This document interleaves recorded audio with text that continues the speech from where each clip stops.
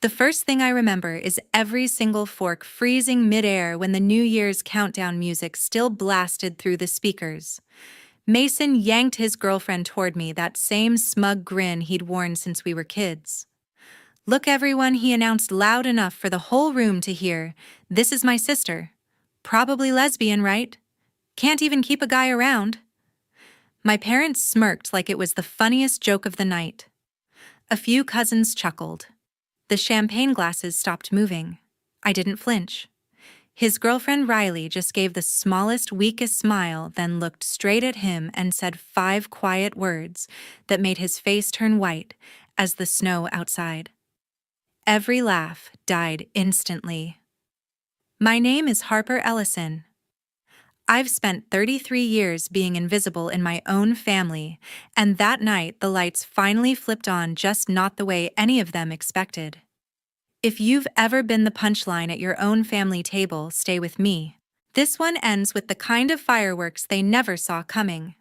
Like the video, if you're ready for what happened next, subscribe and hit the bell so you don't miss the moment everything exploded. Let's get into it. I still remember the way everyone stopped reaching for food when I was 8. It happened every single dinner. Valerie would fill Mason's plate, first piling on the best pieces of steak while the rest of us waited. My plate came last, always the burnt edges, the smallest portion, the cold mashed potatoes no one else wanted. If I reached for anything extra, her voice cut across the table, soft but sharp. "Harper, don't be greedy." Gregory never looked up from his phone unless the Wi-Fi dropped. Then he'd bark my name across the house like I was tech support on payroll. Fix the router, reset the modem, figure out why the smart TV wouldn't connect. Mason never had to touch a cable in his life. By the time I was 12, I learned to move quietly. I carried plates without clinking, stepped where the floorboards didn't creak, kept my voice low enough that no one felt the need to answer. It was easier that way. High school was the same script with better lighting. Mason got the new sneakers, the private SAT tutor, the weekend leadership camps that cost $2,000 each. I got the hand-me-down calculator and a lecture about realistic expectations. When colleges started sending acceptance letters, mine arrived first, full ride to Northwestern Engineering Scholarship, everything covered. I left the envelope on the kitchen counter, heart hammering, thinking this time they'd finally see me. Valerie opened it, scanned it once, and slid it back into the pile of bills. "That's nice, Harper," she said, already turning away. "But Mason just got waitlisted at Notre Dame. We can't afford to send both of you out of state." 2 weeks later, the scholarship money vanished. Valerie told the financial aid office there had been a family emergency. The emergency was Mason's deposit for Notre Dame. I found out when Northwestern sent the withdrawal notice. Gregory's explanation was one sentence: "We invest where the return is highest." I turned 18 that summer. My birthday check from Grandma, $500, disappeared from my dresser drawer the same week Mason needed new wheels for the Jeep Gregory bought him. Valerie called it a loan. The loan was never mentioned again. College became community college night classes, 2 buses each way. I paid for every credit myself, stacking jobs at the campus library and a 24-hour diner. Mason flew home every break with new stories about frat parties and spring break trips nobody asked me to contribute to. During freshman winter break, he wrecked the Jeep. Gregory didn't yell. He just looked at me across the kitchen the next morning. "You're good with cars, right? Take the bus to the body shop and handle it." I spent my only day off that week shuttling between the shop and the insurance office because Mason had practice. Sophomore year, I won a paid internship at a tech startup downtown. $12 an hour, real experience, resume gold. I came home waving the offer letter. Valerie was on the phone booking Mason's recruiting showcase in Florida, $3,000 for 3 days. "We're a little tight right now," she said without looking up. "Maybe next summer." There was no next summer. The money always went somewhere else. I learned to stop bringing things home. Report cards, awards, acceptance letters, anything that might force them to notice me and then decide I wasn't worth the cost. I kept my achievements in a folder on an old laptop hidden under loose floorboards in my closet, the one place they never looked. Gregory only said my name when something broke or someone needed a ride. Mason got the congratulations, the new phone, every year, the proud Facebook posts. I got the leftover chores and the gentle reminders that gratitude was a virtue. By 22, I had 2 associate degrees, 0 debt, and a savings account I guarded like a state secret. Valerie found it anyway. Mason needed one last push for grad school applications, private coaching, fancy recommendation letters. $8,000 gone in a single afternoon. She left a note on my desk. "We'll pay you back when things settle." They never settled. I still cooked dinner some nights, set the table, washed every dish, then ate standing at the counter because my seat had been taken by one of Mason's teammates. No one noticed I was there. No one noticed when I wasn't. That was the house I grew up in. The one where love wasn't scarce, it was just never meant for me. 25 came quietly. At 25, Riley and I quit our agency jobs and started the 125 company in her Evanston garage. We met senior year at Illinois, bonded over late-night projects and mutual hatred for unpaid overtime. After graduation, we both landed junior strategist gigs at the same downtown shop, 60-hour weeks. Tiny salaries, bosses who stole credit. One Thursday in March 2014, we were eating cold pizza in the break room when Riley looked at me and said, "We're smarter than every creative director here. Why are we still doing this?" 2 weeks later, we gave notice. We had $8,000 between us. Riley put up her beat-up Subaru as collateral for a small business loan. I cashed out the last of my secret savings account. 50-50 split on paper, 50-50 risk in real life. We signed the LLC papers for North Peak Media on her parents' kitchen table, while her mom kept refilling our coffee like it was a normal Tuesday. The garage had one flickering fluorescent light, a space heater that smelled like burning plastic, and 2 secondhand Macs. We dragged in a folding table, hung a whiteboard, and got to work. First client was a local coffee roaster who found us on Craigslist.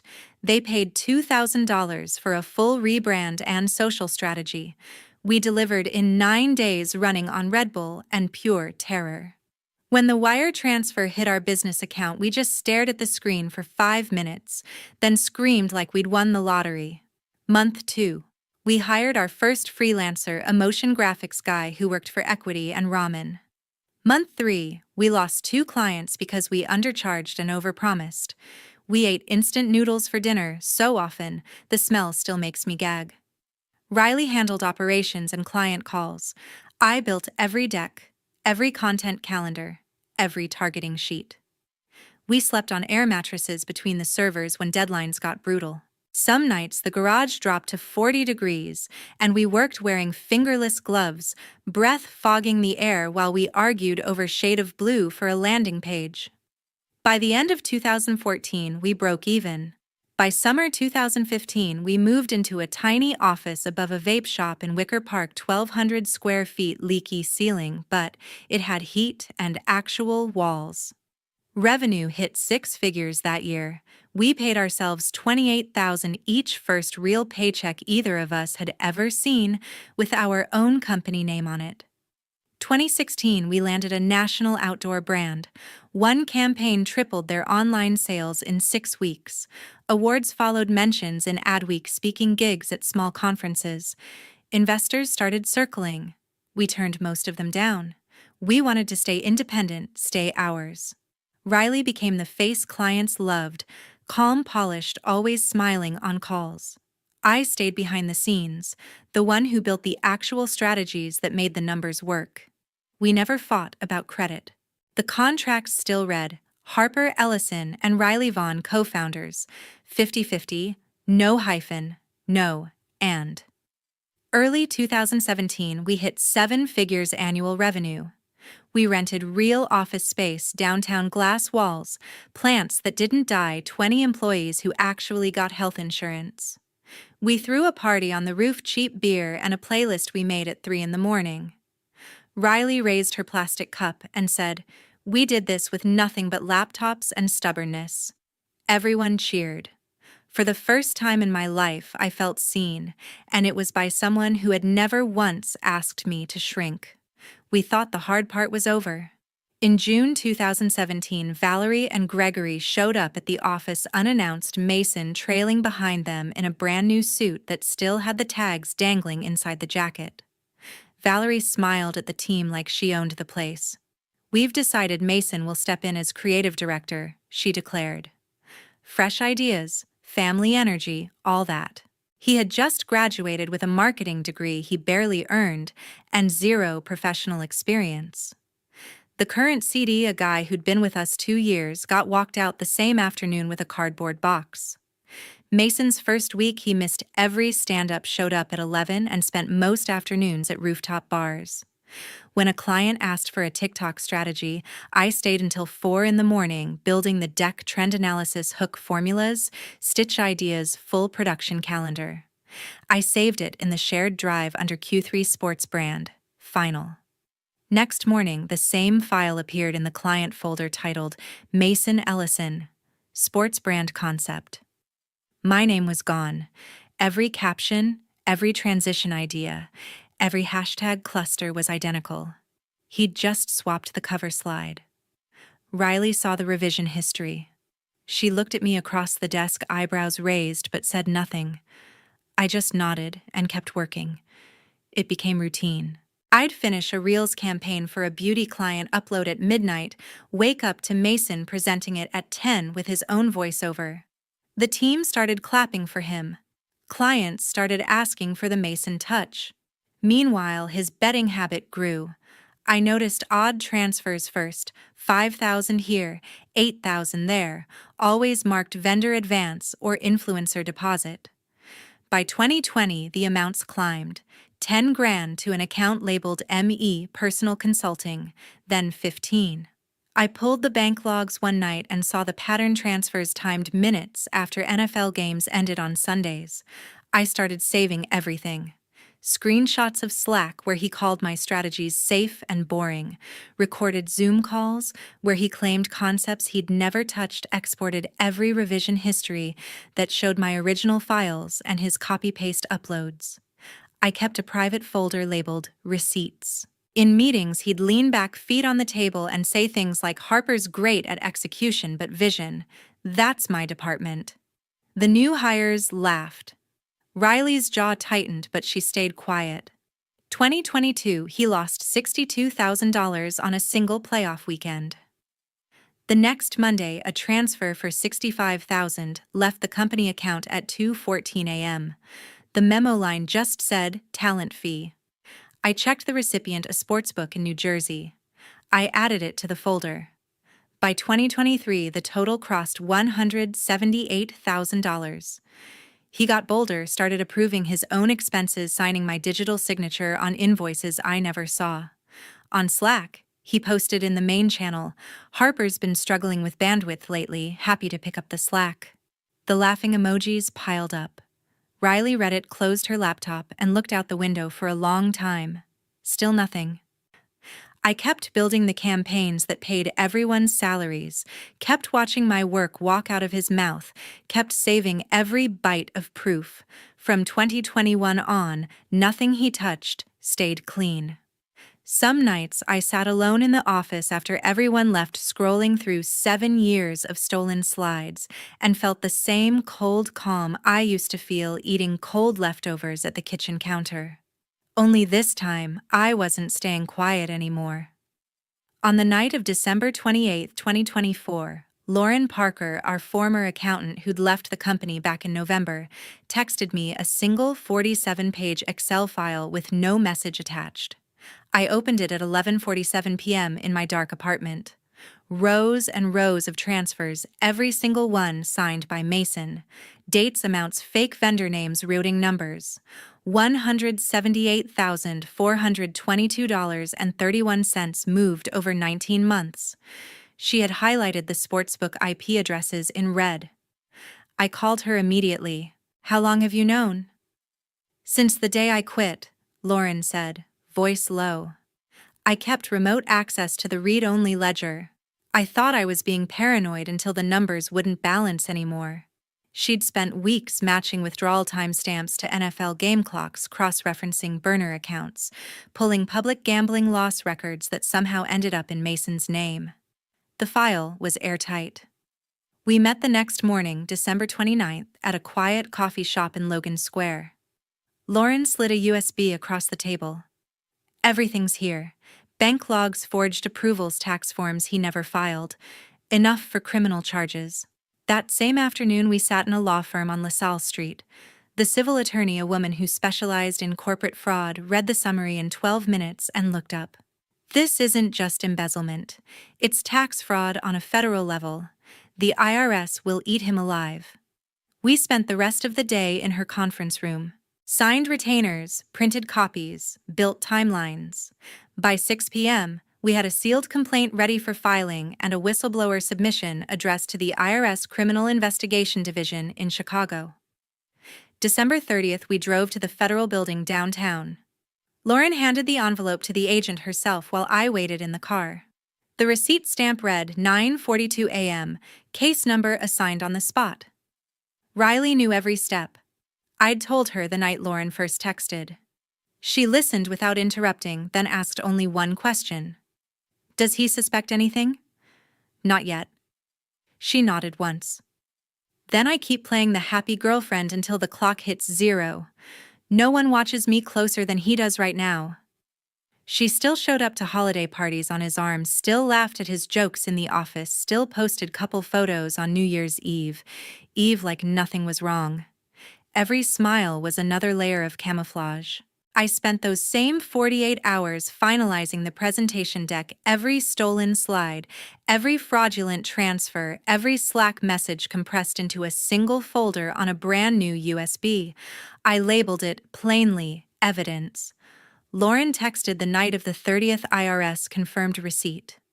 They're moving fast. I stared at the message until the screen went black. Everything was locked and loaded. On the evening of December 30th, I drove my Civic back to Naperville in 6-degree weather. The heater barely worked, so I kept my gloves on the whole 40-minute drive. A small black suitcase sat on the passenger seat, one change of clothes, toothbrush, laptop, and the USB that now held 7 years of proof. That was everything I planned to take out of that house when I left for good.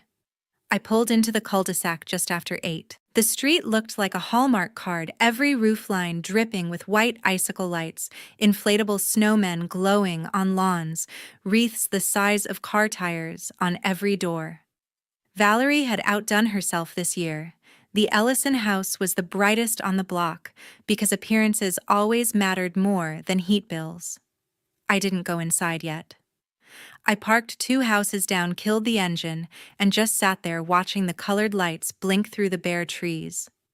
Mason's new Audi took up most of the driveway, wrapped in a giant red bow like it was still Christmas morning. Gregory probably financed it. Valerie probably told the neighbors it was a company car. My phone buzzed against my thigh. Riley, already inside. He's 3 whiskeys in and bragging about the bonus he earned this year. I typed back, "You good, Riley? I've been in worse places. Just keep your head down until tomorrow night."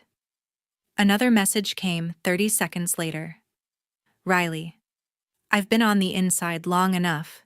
Tomorrow I do what I promised the day we signed those first papers in my garage." I stared at the screen until the cold crept through my coat. She had never once in 10 years broken a promise to me. Not when we had $23 in the company account. Not when investors laughed us out of the room. And not now when she was sleeping next to the person who'd spent years trying to erase me. I believed her completely. I rolled the window down an inch. The air cut like glass, but it kept me awake. Kids ran past in snowsuits, laughing, dragging plastic sleds toward the hill at the end of the block. Normal families. Normal noise. Inside our house, through the big bay window, I could see Mason holding court in the living room, arms wide, mouth moving a mile a minute. Valerie hung on every word. Gregory refilled his glass without being asked. Riley stood slightly behind Mason, one hand on his shoulder, the perfect girlfriend smile fixed in place. She caught my eye through the glass for half a second. Gave the tiniest nod. I looked away first. I stayed in the car another hour. The dashboard clock crawled past 10:09. Frost started crawling across the inside of the windshield.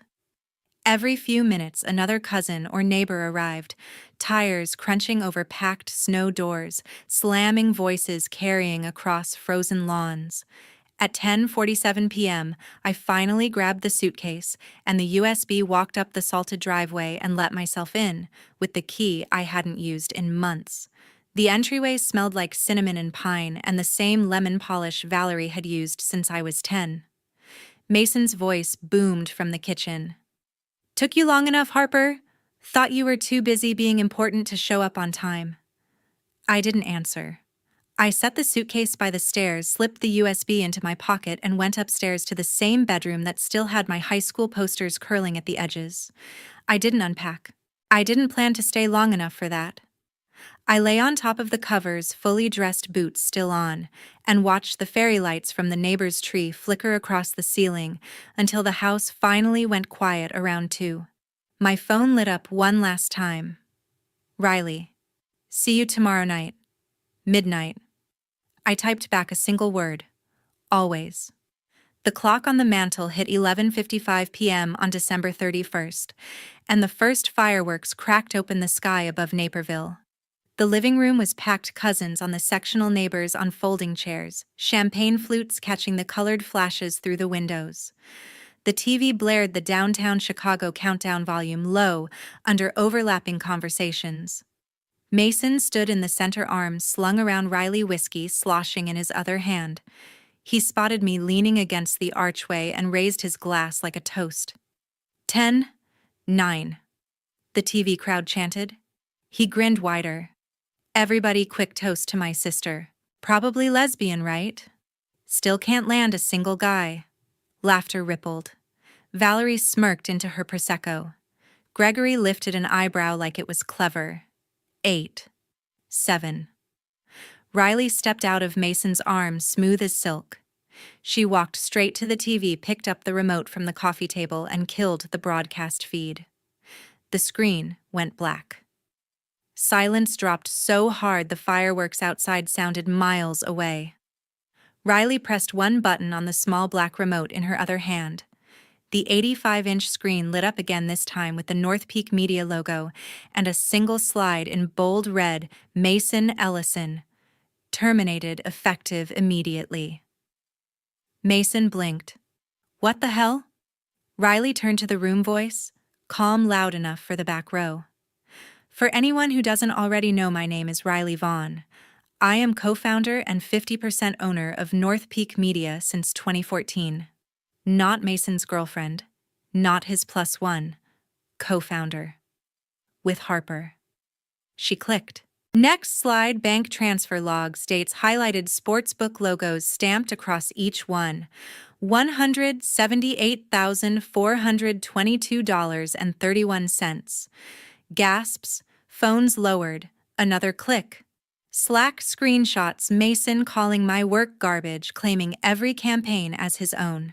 Another click. Forged expense reports with my digital signature copied and pasted. Valerie's glass slipped from her fingers and shattered on the hardwood. Mason lunged for the remote. Riley sidestepped, handed it to me without looking. I caught it midair. I finally spoke. "You're done, Mason. Fired. Escrow freezes at midnight. Every cent you took is documented." The front doorbell rang 3 sharp times. Gregory stumbled toward it, confused. "Who orders pizza on New Year's?" He opened the door. 2 men in dark jackets stood under the porch light, badges already out. "IRS criminal investigation. We have a federal warrant for Mason Ellison." The room exploded. Cousins scrambled backward. Someone screamed. Mason's face went gray. He looked at Riley like she'd grown a second head. "You set me up," he shouted. "You've been with me for a year and a half." Riley met his eyes ice cold. "I've been with Harper for 10. You were just the cover." One agent stepped inside, cuffs ready. The other began reading rights. Mason tried to bolt toward the kitchen. Gregory grabbed his arm, then let go like he'd been burned. Valerie sank to the floor among the broken glass, sobbing my name for the first time in years. I didn't move to help her. I walked to the entryway, picked up the small black suitcase I'd left by the stairs 24 hours earlier, and slipped the USB into my coat pocket. The same USB now mirrored on the screen behind me, copied to the cloud, sent to every board member an hour ago. Riley met me at the door.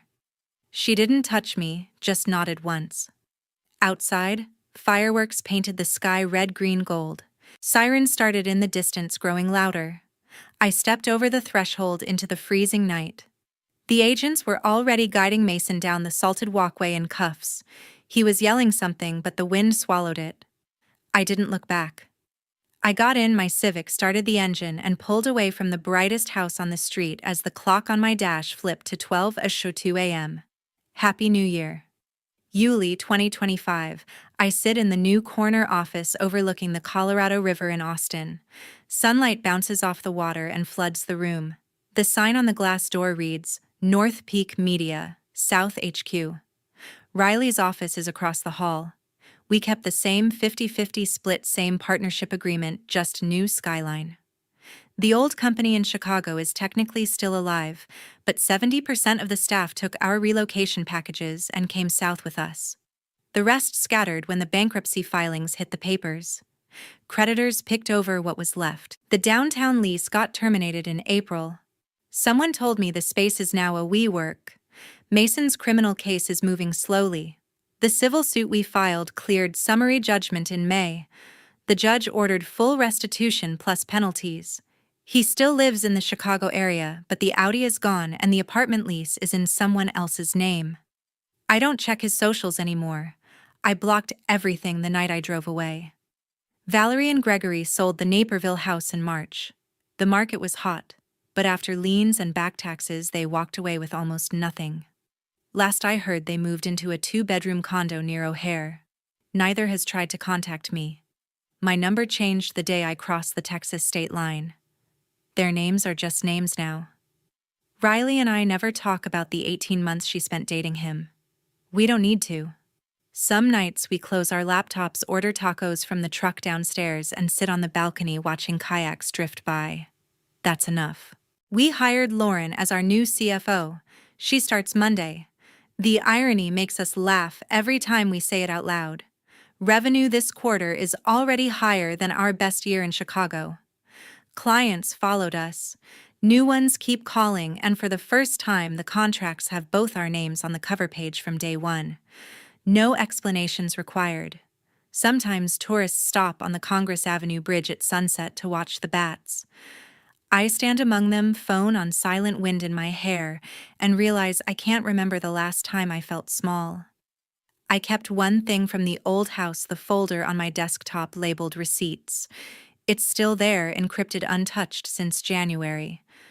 I don't open it anymore. I don't need to. The proof did its job. People ask if I'm angry. I'm not. Anger takes energy I'd rather spend building the next thing. The river keeps moving, the city keeps growing, and every morning I walk into an office that belongs to us. No favors, no golden children, no stolen credit. That's the only happy ending I ever wanted. Thanks for sticking with me through all 8 parts. If this story hit home, drop a like, share it with someone who needs to hear they're not the problem, and I'll see you in the next one.